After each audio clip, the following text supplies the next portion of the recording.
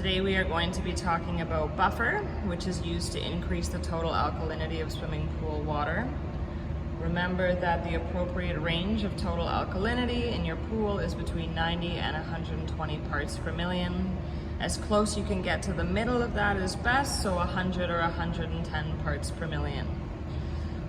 When you are going to add it into the water, remember that it is in granular form, so you want to make sure that you have some kind of measuring device, either like this or ones that are like a cup, usually measures in grams.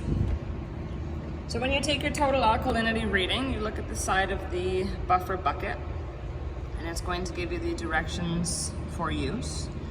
So it will tell you that if your total alkalinity is 100 parts per million, then you need to add no buffer. 90 parts per million, 1 kilogram of buffer you need to add, and so on and so forth. Remember that these calculations are per 50,000 liters of pool water, so you will need to adjust up or down depending on the size of your pool and how much water that it holds. Remember that calculation is in the lifeguard manual, or you can see in the description below. So take your total alkalinity reading, use this to adjust it as necessary.